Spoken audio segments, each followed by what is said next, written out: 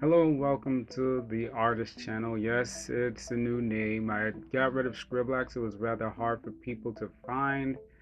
So I changed the name. All right, so I'm doing a voiceover for this piece because the original was messed up. So over here, I'm going to show you exactly how to take uh, and remove an unwanted piece from your painting or your color pencil drawing. This one is color pencil mixed with Copic marker, and I rather not have the bottom part in there, so I'm going to get rid of it. So in order to do that, I'm gonna have to clear out some of the tones I did on the bottom and then put in some better colors into it to cover it up, which is not going to be easy because, you know, when you're dealing with color pencil, it kind of sticks to the paper.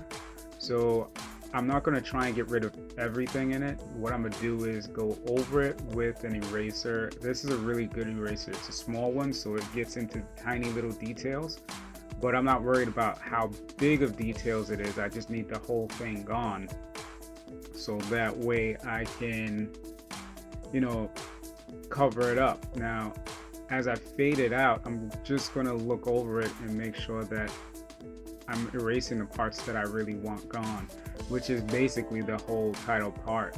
I want the title part gone because I want this piece to look more like a work of art. It's a really beautiful piece, and I don't think the word Pisces just complimented it, even though the piece was designed to be a piece for Zodiac. But, you know, even though it's Zodiac, it doesn't have to say it. I'd rather it be more held to the imagination than to actually be for, you know, just specifically for Zodiac, so people can see it and come up with their own imagination for this piece and whatever they want it to be at the same time. So I want it gone. You know, if ever someone sees it on someone's wall, it'll look more like a poster than a painting or an art piece than anything. Because posters is just like a different setup altogether. So I'm just going over it over and over again, making sure I get some of those heavy parts out. Sometimes you can scratch the paper, and then when you scratch the paper with the pencil, the color gets stuck in there, but I'm not going to worry about that because once you cover it up the right way, you know, you'll never ever be, you know, you never have to worry about seeing it. And, you know, maybe if somebody comes up with a magnifying glass, then they'll see it. It's the same thing as covering up the tattoo. You just find things that clash with it and then you put it in. This one I'm going to use a waterfall to cover it up. So since the pieces are blue, those are the colors I'm going to go for, and then I'm going to blend out some of the other stuff just so you can, you know, hide the mistakes and everything else. I'm also, you know, going to have to go over that black background and just, you know, for the water and bring that down a bit to cover it up a little more. So as I'm clearing it out, I'm just going over it roughly. The eraser, however, really sucks. It's not the eraser that sucks, it's just what happens when you try and erase too many things. If you ever try to erase color pencil with an eraser, you'll know. The eraser melts and gets stuck onto the paper itself. There are tricks to getting rid of it, and it involves the eraser itself. If you go over the eraser, little circles, you'll get the eraser bit stuck onto the eraser itself, but you just got to keep cleaning it off, and that will eventually get those pieces off altogether for you, which is better that way. You know, it's just a lot of cleaning you'll have to put up with while you're doing it. Now, you know, you don't have to go crazy on just wiping it, cleaning it, you know, erasing it, cleaning it, whatever it may be. You can just do that later on. At the end, I'm just going to go through it and do it fast and try and finish that off, and then go over it again with the eraser afterwards and then clean up the mistakes that's on it. which will help a lot, because when I'm putting in the colors, I don't want to have any bumps and everything else, because then you end up making streaks across the page because of the color gets trapped inside of the eraser, the little bits of eraser. So I just got to make sure I tone the colors down. That's all my goal is to tone it down so that I can get a color on top of that. And you can see most of it is already done. I'm not going to concentrate on the top parts. You notice I left the top parts that's in that black water. I left that part in there because once I go over it with black again, it'll cover it up on its own, so I don't have to really go deep into it. So one of the biggest things you need when doing this is just a good reference for what you're going to turn it into. I want it to be a waterfall at the end, so I'm searching through the internet. Well, I had searched through the internet to see different things, just to see anything that matches what the background is. So it has to be something that goes with the picture itself. I can't just choose any waterfall because the color choice for that waterfall might be something else instead of what I'm going for. So you have to be careful with what you choose, or you can try, which isn't impossible, to choose a waterfall that almost matches it, but the colors might be different. But then you'll have to match the colors to what you want, and it makes it a little harder because you got to play it by ear. In this one particular, I couldn't find a reference for this waterfall, so I had to play by eye and remember all the different ones I've done, because I've done waterfalls in the past and some of my old art pieces when I was younger, and certain details of the waterfall were just bluntly out there. You can't make a mistake with it because you already know it. So that's what I did, was I used that. All right. So on this piece, there should have been an actual video for it, which sucks because I worked hard on the video, and I really, this video was done with a 4K camera. I bought a brand new camera just for this, and for some reason the camera overheats after 5 minutes in, and it only lets you get about 5 minutes of clips in 4K before it shuts off on you. So I believe I was using also my old tablet, which the first half was filmed in of this video before I got the 4K camera. So I thought I was still gonna have the old images that I had saved to my tablet, which I was using to film at the time, and suddenly it was gone. I mean, I got an update on my tablet. I didn't think to back it up when I got the update, and next thing I know, I went to make this video, the actual video of it in time lapse, and it was gone. So just be careful when you're dealing with electronics and your stuff. Make sure it's saved to whatever you can, especially if you're going to be uploading the video to YouTube. But I had managed to come up with an idea of just throw it all together in a tutorial of first it was going to be, and this is where I slipped up again, it was going to be a tutorial of whatever I had left from the 4K camera, and then it turned out that I didn't have enough footage on a 4K camera to do the actual tutorial, so I ended up stuck once again trying to fill up everything I could with whatever. So this is where it ended up. I saw the Pisces sign and I said, you know what, I don't like it, and I was going to cover it up anyway, which was my original plan. And I was like, it's just so people can see this piece and get a chance to look at it. I'll just put everything together and show them exactly how I was going to eliminate the Pisces sign and blend it in, which is us here with me mapping out the sizing of it, what I wanted to do with it. I'm getting a ruler right now. I wanted it to come off the page just a little bit, so I grabbed the ruler and I started measuring it out.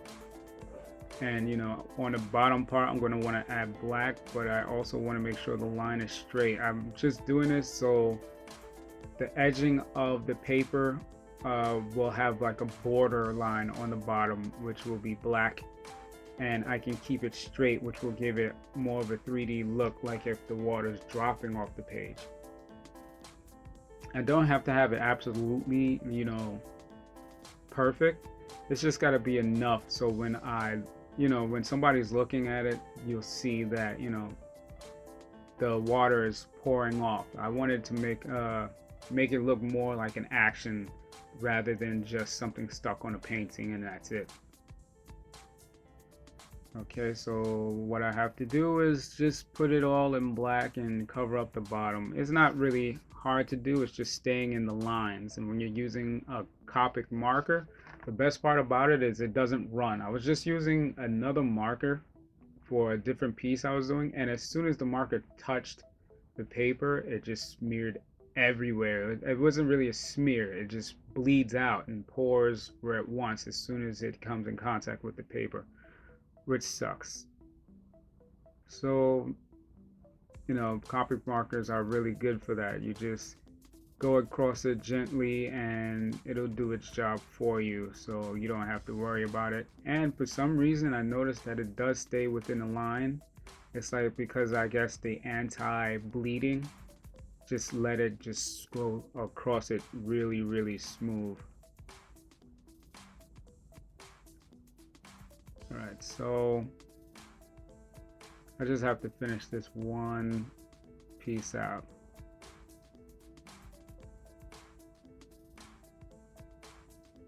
Alright, so in the art piece itself, which I think was the best part, was the koi fish that I put in there. I actually really wanted to show that off. The koi fish didn't take me long to do. What took me more long was the details of the water into the koi fish. But it's actually a part I really liked, drawing out the koi fish, because I really didn't think they were going to come out as good as they did. You're probably going to see it in a different way than I do, but in person and when it's in picture, the koi fish actually look really super realistic, which is great for the piece. I tried to push it in as much as I could. I've tried to put in extra detail just in case. Like I said, they were actually easy. I'm starting to make it sound like it was hard. I basically started off with a coat of, for the orange fish, started out with a coat of yellow into that section, and then I went into orange, and then I used a red just to make sure of it, and left some of that yellow sort of showing so that it would give a certain shine to the fish. And then from there I just covered the fish completely in a light tone of sky blue, which is, I think it's sky blue at least. Let me check that out. It's actually, yeah, it's light sky blue. I coated in that because the light sky blue is almost invisible, but it's not. It gives off almost a white tone, and that kind of helped with the fish all together and allowed me to put it all in. Alright, so in the video you can see me covering those leftover letters, top parts of the letters, in black. So putting them in black was a good idea. I actually decided to drag the pick down a little more, so that way I can cover up more of those letters that I don't want to see. Only problem is, the more I cover it with the black, if I keep bringing it down too low, it'll defeat the purpose of a waterfall, because you have to actually see the waterfall. So if I go too far down to the bottom of the page, that defeats the whole purpose. What am I going to use a waterfall for if you're not going to see it anyway? So I wanted to leave a good amount of space for you to actually see the waterfall coming down. So I just traced over most of it. Tried to, I didn't want to try and make it look exactly like how I had it shaped out in the first place. I have to make it good enough to hold a waterfall. So I had to get rid of some of the jagged edges. If you look at the piece, you can see jagged edges on most of it. So I had to smooth some of them out, not all, just some of them, just to allow me to give some of that detail in. So I kept going and going until I found it the way I wanted. And that helped out a lot. So basically the theme of this piece was supposed to be, Pisces, which was two koi fish and an image of two girls. I wasn't sure how to handle the two girls. I left it blank for a while. I had to really think about it. And sometimes in art you have to leave it alone. I've seen artists leave an art piece for a year, just because they didn't know what to do with it just yet. So this one was left alone for over 2 months. It was supposed to be done already. Oops. That was my fault. But in results, it let me finally decide what I wanted to do. I decided on putting one of the girls to be a reflection and the other girl to actually be coming out of water.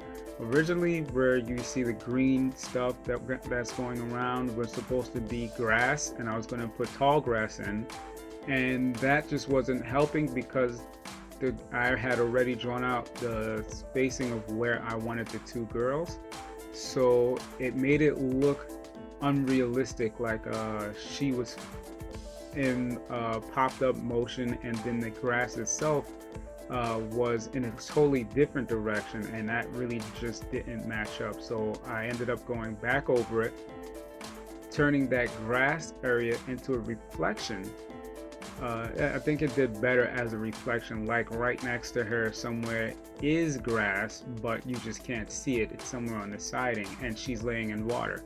Hence why there's a shine to her hair. So now it looks like her hair is under the water and she's coming up over the water along with the rest of her body, which I had to add the shine of her sitting into water. Originally it was going to be her on land and not into the water, but reaching into the water. So then for the second girl, I had to do the details and make it look like the shimmer of her reflection into the water, which wasn't bad. It was actually pretty good. It came out pretty good. I like it. The way I didn't have to put in a face, which was working way better for me to eliminate the face altogether. But I did have to compensate for the koi fish. The orange one was sort of into the girl, so I had to make the shimmer from the orange koi fish match the shimmer from the girl that is the reflection into the water, and it came out pretty good, as we can see. Okay, so now inside of the waterfall you can see most of the Pisces sign is gone, and now all I have to do, I'm using that same color, which was the sky blue, and I'm just mapping out where I want it in the spaces that I want it, so that when I have it pouring down, I can see how exactly it's going to be. So I went over it over and over and over again onto it just to see where I was going to have to darken up, which is not going to be easy. I wish I could say it's an easy cover up, but it's all played by eye, and you have to really make sure you can see all those little details.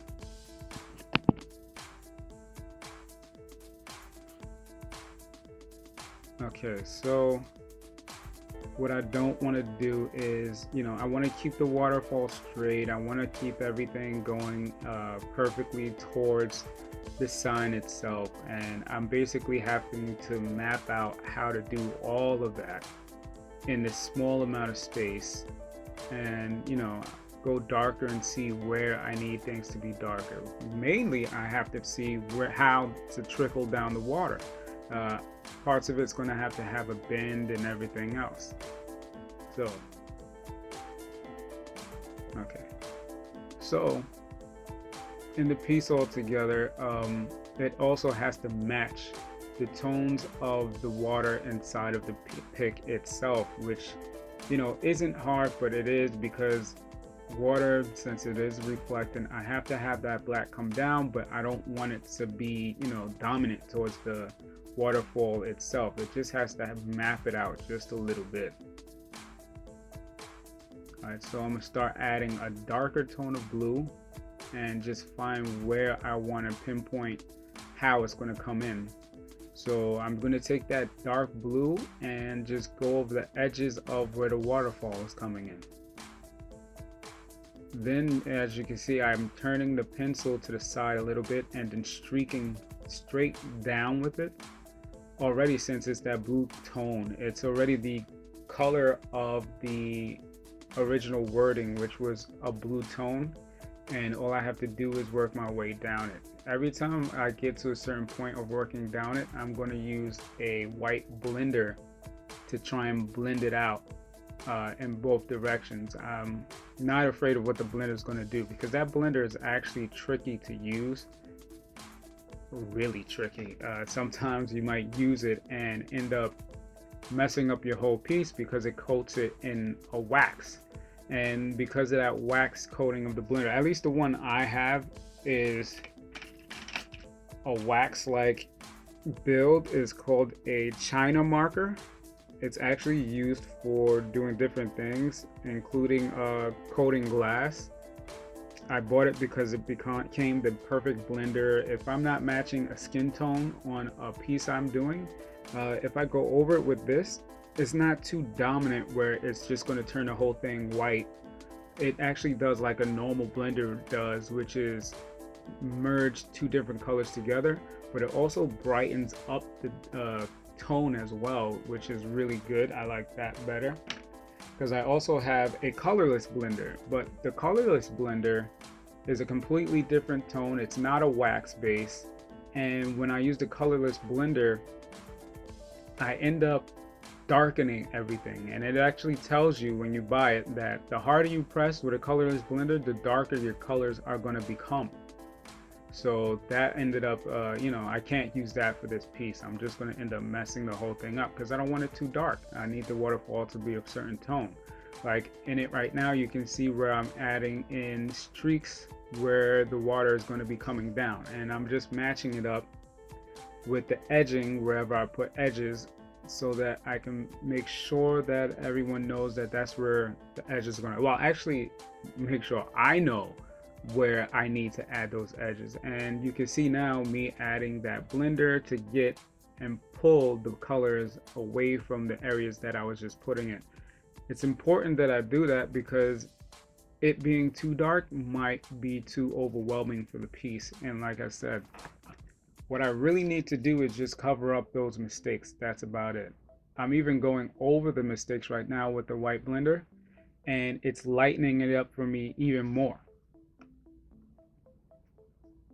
So with them lightened and everything else lightened, it'll just help it a lot more become invisible. In fact, where you saw the S and the E, you can barely see it now. It's now almost completely gone. That's not just from the white blender. Remember, I'm not just going for covering it, which the white blender can do. I can make the page white again if I want it, but I won't be able to color on top of it because it's the wax coat. What I want to do with that white blender is just hide those and leave it so I can cover up the rest. I'm only going to be covering certain points where I'm not worried about going over it again, because it's just all within the waves that come down from the water pouring off of the siding.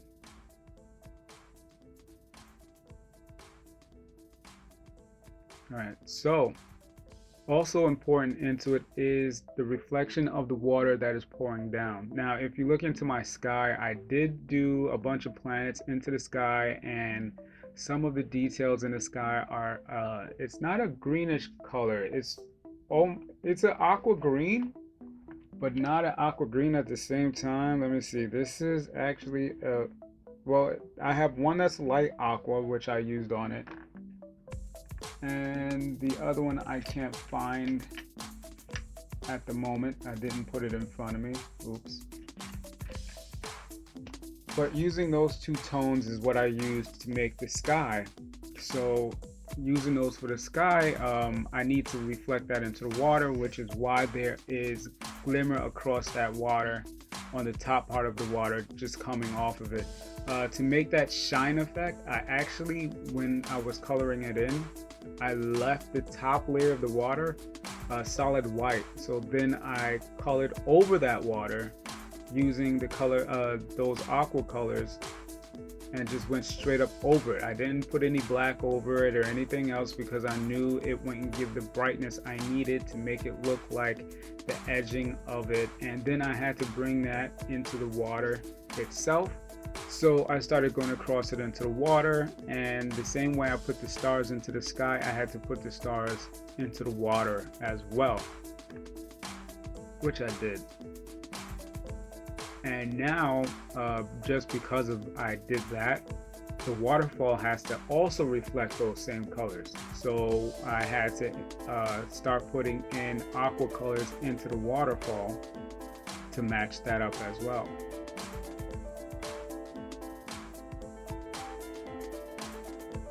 Now, since I'm not using a reference in this pic, not using a reference, like I said earlier, it does make it a little harder if you don't know what it's supposed to look like. But luckily, I had done them so many times before, I know exactly what they're supposed to look like. Well, at least what I think they're supposed to look like. But it does make it a little more tricky because you don't know exactly how to trickle the water down, because since water is so wild, you can make a streak going straight down, but it might have a change of coloration in that streak of color going down. It might be darker, it might be lighter. It all depends on the reflection of everything going down itself.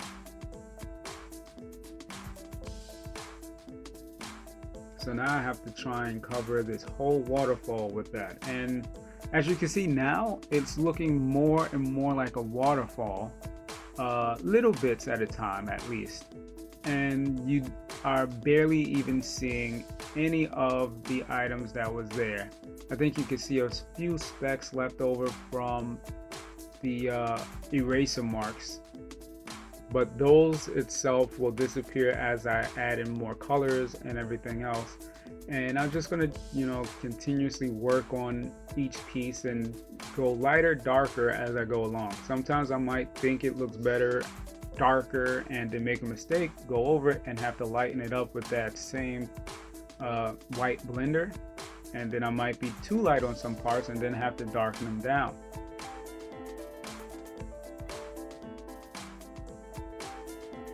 The key goal is to, not stop.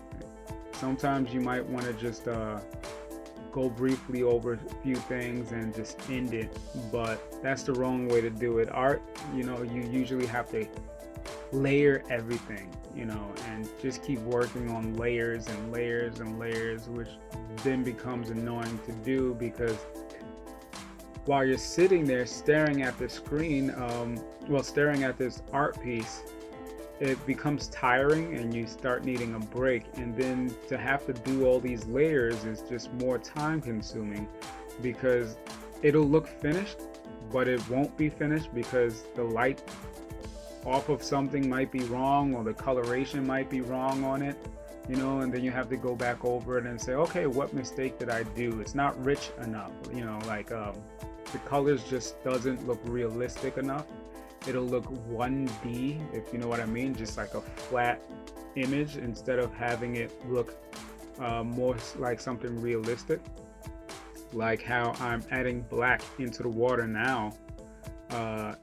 While I'm adding that black into it, it just makes it a lot more detailed because remember, since the lighting of the water is going to bend, I left that bend part on the top black. I also started adding streaks in the motion of the water and the direction it's going, so it's going to give off a curve. So on the top part I added the black parts in a curved detail, and then on the bottom parts I'm adding black just to show that the light bent and it has a gap on the top of white, and then the black will completely come out again, and that should show the bending of light. Now I didn't learn that trick from watching things, tutorials or anything else like that.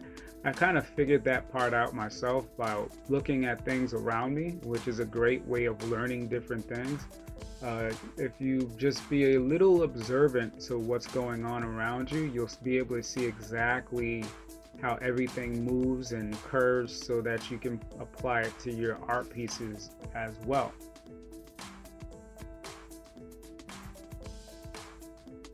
So I'm just going to keep adding black into it, the black will be useful because all those little parts that were too dark before, now you can't even see them because they look like they're part of the image altogether.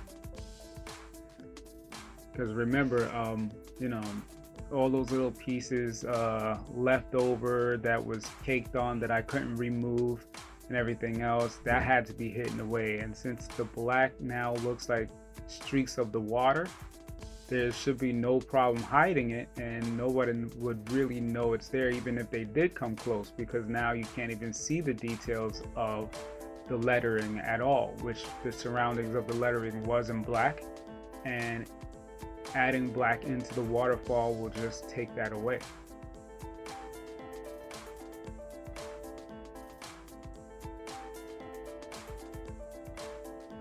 It actually makes me feel bad about losing the actual video, because the video was, to me it was unique. It was a nice gesture inside of it. I like doing things like that, and it was supposed to go with my collection that I was putting together, which was zodiac signs. I had already did Capricorn. I did some other one. I can't remember it right now. I feel bad for that, but just the collection I was trying to put together, it would have worked out so perfectly well to have a collection of each zodiac sign, which was my goal. And now I'll have to settle for, I'll still complete it, but it'll be in the form of a tutorial now instead of just a straight up video, which isn't bad at the same time. I think for what it's worth, it's still doing good on its own. So I'm going over it still, darkening where I need to darken, and bringing out more tones just to make sure that you can see the waterfall even more and its curves along with it. It's looking pretty good. The back waterfall part where it goes further from the page, I'm going a little darker just to bring it away. Remember, when you're working with blacks and whites, the darker parts will always bring things away from the front layer of the page. And when you want to raise things to make it look more realistic, you need to add whites to the page to bring it closer to the person. So I guess because bright is like some color that's always in your face, it makes the image come out a little more. And dark, since it's something that draws away from, it kind of makes it, dull and a little not messed up, but carried away from the image. So it makes it add depth to it, away from it, which is good. All right, so here I am just finishing it up, and everything looks like it's working out great. I'm going to do some more details into the lighting. I have to add wave streaks into the waterfall itself. That just makes it look like different things are happening in the waterfall, to keep it with that part of what I said earlier was water is wild, and you need it to act a certain way, or at least shimmer a certain way to carry the light. It's not going to be perfect light coming from a waterfall, since the water is splashing everywhere. It's going to be a shattered coloration, and that's what I have to add. And this part, since it's light on this side, is going to be a little more tricky to do, because I gotta make sure that it's just enough inside of it. So I'm going to add the direction of the waterfall going straight forward before it starts pushing off in a different direction. So those little slash marks that I did with the black pencil will go straight down, just letting a little bit of lighter color come through. And then as I work my way to the other side again, it'll then streak across a certain way. just enough, and that'll help it come out more.